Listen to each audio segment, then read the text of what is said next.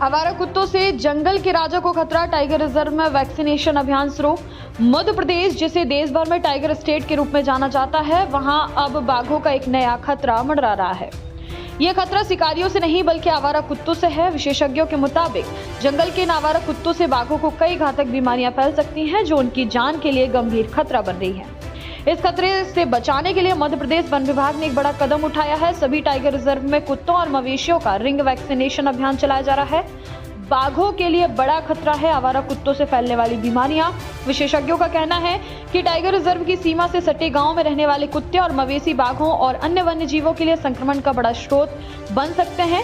इनमें बाघों में कैनाइन डिस्टेम्पर, पार्वोवायरस, एडिनोवायरस और पैरा इन्फ्लुएंजा जैसी बीमारियां फैल सकती हैं, जो उनके जीवन के लिए घातक साबित हो सकती हैं।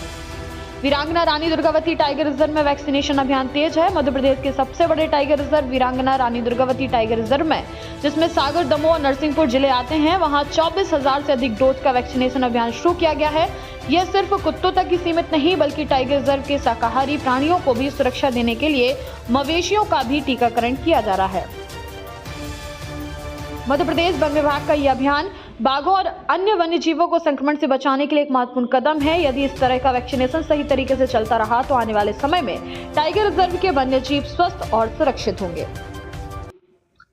जो भी अपने संरक्षित क्षेत्र हैं, टाइगर रिजर्व हैं, जैसे हमारे यहाँ वीरांगना दुर्गावती टाइगर रिजर्व है, तो इसमें वन्य प्राणियों में जो मवेशियों की बीमारियां हैं या डॉग्स में जो बीमारियां हैं, वो हमारे वाइल्ड लाइफ में ना आने पाए, तो हम लोग बफर जोन में रिंग वैक्सीनेशन करते हैं। यानी जो अपने कोर एरिया के चारों तरफ जो गांव लगे हैं, वहां के मवेशियों और ये डॉग्स का हम लोग वैक्सीनेशन करके एक वहां हर्ड इम्यूनिटी डेवलप करते हैं, ताकि वहां की बीमारियां हमारे हर्बीवोर्स और कार्निवोर्स में ना आने पाए। जो इस बार हम लोग कर रहे हैं, इस बार हम लोग मवेशी के अलावा डॉग्स को भी वैक्सीनेशन कर रहे हैं। उसकी सबसे बड़ी वजह है कि जो डॉग्स से बीमारी वहां से फैलती हैं, खासकर जो कैनाइन डिस्टेम्पर है, पार्वो है और लेप्टोस्पायरा है, तो इन सबको रोकने के लिए हम इस बार जो हमारे गांव के आवारा कुत्ते हैं, उनको भी हम वैक्सीनेशन में सम्मिलित कर रहे हैं, ताकि हमारा एक सुरक्षित वाइल्ड लाइफ को अपने सुरक्षित किया जाए। जो कैटल्स का जो हम वैक्सीनेशन कर रहे हैं, ये लगभग 1 महीना पहले शुरू हो गया है और मार्च तक हम लोग कंप्लीट कर लेंगे। लगभग हम लोग 25,000 डोज हमने दिए हैं 3 जिलों में, नरसिंहपुर, दमोह और सागर जिले में। और जो डॉग्स की हमारे कर रहे हैं, तो हम लगभग इसके 250 डोज अभी हम मंगाई है। अगर आवश्यकता पड़ेगी तो हम और लगाएंगे।